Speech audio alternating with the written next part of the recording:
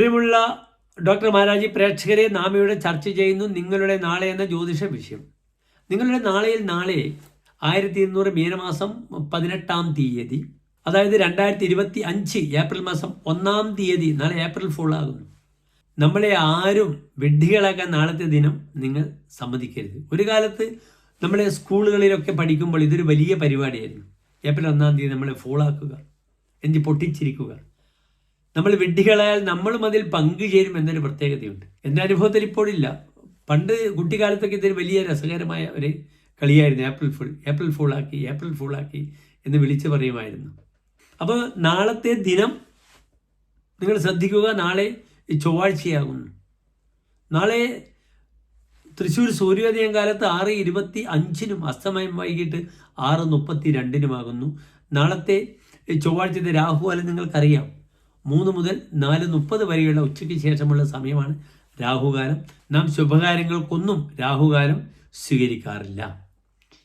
നാളത്തെ നക്ഷത്രം ഭരണി നക്ഷത്രമാകുന്നു. നാളത്തെ ദിനത്തിൻ്റെ പ്രത്യേകത ചൊവ്വാഴ്ചയും ഭരണി നക്ഷത്രവുമാണ്. നാളത്തെ തിഥിയും വളരെ ദുർബലമാണ്. ചതുർത്ഥി തിഥിയാണ്, ഒഴിഞ്ഞ തിഥിയാണ്, രിക്താതിഥി എന്ന് പറയും. ഒരു ഗുണവുമില്ല. നാളത്തെ നക്ഷത്രമോ വിത്തിട്ടാൽ പൊടിക്കാത്ത ഭരണി നക്ഷത്രമാണ്. യാത്ര പോയാൽ തിരിച്ചു വരാത്ത നക്ഷത്രമാകുന്നു ഭരണി നക്ഷത്രം. അപ്രകാരമുള്ള 7 നക്ഷത്രങ്ങളോട് ഞാൻ എപ്പോഴും പറയാറുണ്ട്. യമൻ, ഭരണി, രുദ്രൻ, തിരുവാതിര, അഹി, ആയില്യം, പുരം, പൂരാടം, പൊരൂരുട്ടാതി, തൃക്കേട്ട. ഈ നക്ഷത്രങ്ങൾ ഒരു ശുഭകാര്യങ്ങൾക്കും നാം സ്വീകരിക്കാറില്ല.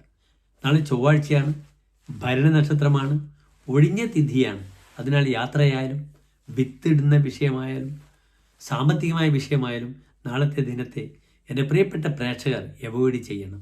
നാളെ നിങ്ങൾക്ക് എന്ത് ചെയ്യാം? ഭരണിയും ചൊവ്വാഴ്ചയുമാണ്, ഭദ്രകാളിയുടെ ദിനമാകുന്നു. അതിനാൽ കാലത്ത് ഭദ്രകാളി ക്ഷേത്രത്തിൽ പോകാം. നിങ്ങൾക്ക് നിങ്ങളെ ഒന്ന് ഫ്രഷാക്കി എടുക്കാം. അവിടെ നിങ്ങൾക്ക് ഭദ്രകാളി ക്ഷേത്രത്തിൽ രക്തപുഷ്പാഞ്ജലി, കടുംപായസം ചെയ്യാം. ശാരീരികമായി അവശത ഉള്ളവർക്ക് നാളികേരം കൊണ്ട് ദേഹമുട്ടി ചെയ്യാം. ശത്രുദോഷം ഫീൽ ചെയ്യുന്നവർക്ക് നാളെ ശത്രുമുട്ടി ചെയ്യാം നാളികേരം കൊണ്ട്. പിന്നീട് കർമ്മമേഖലയിൽ പ്രതിസന്ധിയുള്ളവർക്ക് കർമ്മമുട്ടി ചെയ്യാം. അപ്പോൾ ഇതൊക്കെ നിങ്ങൾക്ക് അനുഷ്ഠിക്കാം.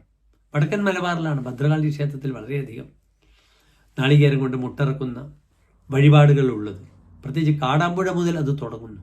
കാടാമ്പുഴ ക്ഷേത്രം തുടങ്ങിയാൽ പിന്നെ കോഴിക്കോട് ഭദ്രകാളി ക്ഷേത്രങ്ങൾ കാസർഗോഡ് വരെയാണ്. ശ്രീ വളയനാട് കാവ്, കൊയിലാണ്ടി കൊല്ലം പിഷാരിക്കാവ്, വടകര ഞങ്ങളുടെ നാട്ടിലെ എടച്ചേരി കളിയാമ്പള്ളി അമ്പലം, പിന്നീട് കൂത്തുപറമ്പ് തിരുവഞ്ചേരിക്കാവ്, പിന്നീട് കണ്ണൂർ വരികയാണെങ്കിൽ മാമാനത്തമ്പലം ഇരിക്കൂറിൽ, പിന്നീട് കളരിവാതുക്കൽ കണ്ണൂർ, പിന്നെ പറശ്ശിനിക്കടവ് മാടായിക്കാവ്, പിന്നെ കാസർഗോഡ് പോകണം നീലീശ്വരം, മന്തംപുറത്തുകാവ്.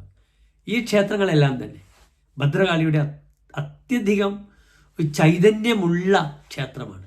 ഇതിൽ ബഹുവിശേഷമാണ് കാടാമ്പുഴ. കാടാമ്പുഴ ക്ഷേത്രത്തിൽ ദേവിക്ക് പൂമൂടൽ വളരെയധികം പ്രസിദ്ധമാണ്.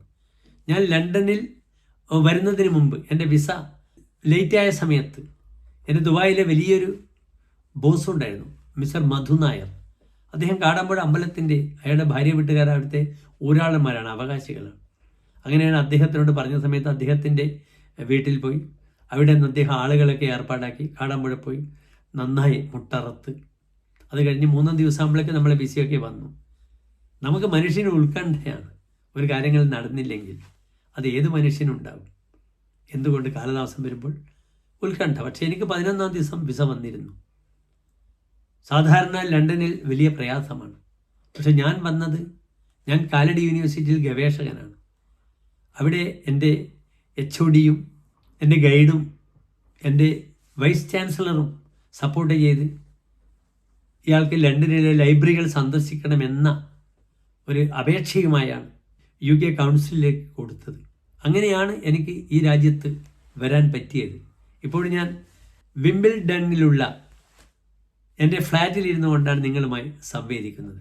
ലണ്ടനിൽ തണുപ്പ് കുറഞ്ഞു വരുന്നുണ്ട്. ഉച്ചക്കൊക്കെ കുറച്ച് ചൂടുണ്ടായിരുന്നു. പക്ഷേ രാത്രി അധികവും ഹീറ്ററിലാണ് ഒരു റൂമിൽ നാം താമസിക്കുക.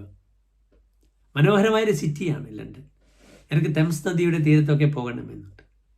നമ്മുടെ പ്രധാനപ്പെട്ട കവികളൊക്കെ പാടി പുകഴ്ത്തിയതാണ് തെംസ് നദിയുടെ തീരങ്ങൾ. നമ്മൾ പഴയ ഇംഗ്ലീഷ് പോയറ്റ്സൊക്കെ അതിമനോഹരമായി തെംസ് നദിയെ വർണ്ണിച്ചിരിക്കുന്നു അല്ലേ. പുഴകൾ, മലകൾ, പൂവനങ്ങൾ, ഭൂമിക്ക് കിട്ടിയ സ്ത്രീധനങ്ങൾ എന്ന് നമ്മുടെ പ്രിയപ്പെട്ട വയലാർ നമുക്ക് പാടി തന്നിട്ടുണ്ട്. അത് അതിമനോഹരമായ ദേവരാജൻ മാസ്റ്റർ അതിന് സംഗീതവും കൊടുത്തു. അപ്പോൾ കാടാമ്പുഴ അതിശക്തമായ ദേവിയുടെ സാന്നിധ്യമാണ്. അവിടെ പൂമൂടൽ എന്ന വഴിപാടും വളരെ ഗുണകരമാണ്.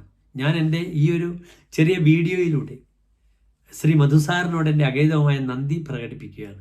കാരണം അദ്ദേഹം എനിക്ക് പൂർണ്ണ ധൈര്യം തന്നിരുന്നു. വിജയകുമാർ, എല്ലാം ശരിയാകും. 20 വർഷമായിട്ട് എനിക്ക് ദുബായിൽ അറിവുള്ള വ്യക്തിയാണ് മധു നായർ. ധാരാളം കമ്പനികളിലെ വലിയ വലിയ പദവികളൊക്കെ അദ്ദേഹം വഹിച്ചിട്ടുണ്ട്. ഞങ്ങൾ വളരെയധികം ജ്യോതിഷ വിഷയത്തിൽ ഇടപെടുന്ന ആളുകളാണ്. അദ്ദേഹം വളരെ താല്പര്യനാണ് ഈ ഒരു വിഷയത്തിൽ. ദൈവം എല്ലാവർക്കും നല്ല ആയുസ്സും ആരോഗ്യവും കൊടുക്കട്ടെ. നല്ല മനസ്സുള്ളവർക്ക് പ്രത്യേകിച്ച് എല്ലാം നല്ലതായി വരും.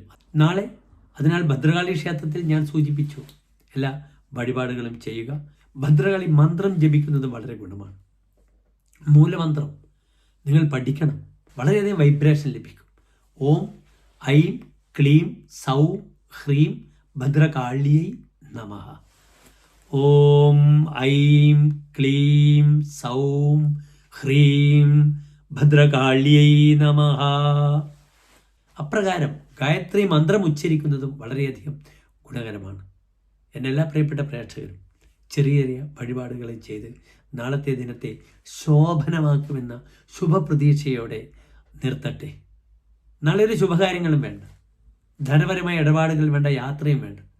ക്ഷേത്രത്തിൽ പോയി നിങ്ങളെ മനസ്സും ശരീരവും പൂർണ്ണമായും ഭക്തിയോടുകൂടി അവിടെ അർപ്പിക്കുക. ആ അർപ്പണത്തിലൂടെയാണ് നാം ദൈവത്തെ നമ്മളിലേക്ക് സ്വാംശീകരിക്കാൻ ശ്രമിക്കുന്നത്. അവിടെയാണ് നിങ്ങളും ദൈവമാകുന്നത്. എല്ലാവരും ദൈവമാണ്. നന്മയും തിന്മയും നമ്മുടെ ശരീരത്തിലും മനസ്സിലുമുണ്ട്.